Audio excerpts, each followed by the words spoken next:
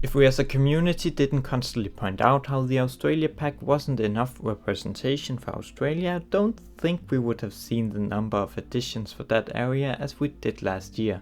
If we didn't constantly point out how ridiculous the habitat requirements for the polar bears were, I don't think we would have seen any changes there. The same can be said about the size of the camel diving in water with a depth of less than 4 meters.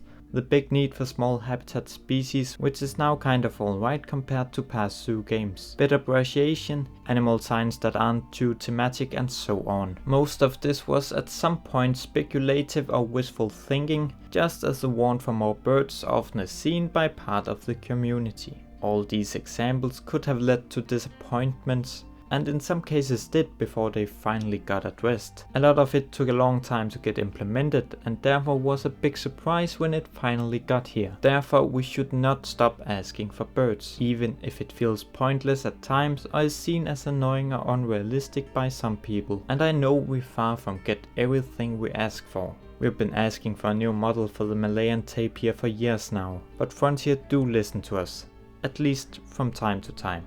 If we stop asking for birds now and just start asking for even more mammals similar to what we already got, since that feels more likely to get, well then we for sure won't see more than the 1 to 2 bird species per year which we have gotten so far. So we should keep going. We need to keep pointing out that it is weird we have a system that supports small flying animals without any of the animals best known for their ability to fly. Or that it's weird that oddball mammals seems to be prioritized over easily recognizable types of birds. We need to keep pointing out that there are plenty of bird species which could work just fine in the habitat without complicated flying animations. We need to keep pointing out how important birds' colors, sounds and enclosure designs are for a realistic zoo atmosphere. We need to keep pointing out how there are around twice as many bird species out there as there are mammals. So less than 10 birds are far from a good representation of this part of the animal kingdom. And I know that if we keep clinging to the hope of more birds in Planet Zoo, chances are we are going to end up disappointed with every DLC.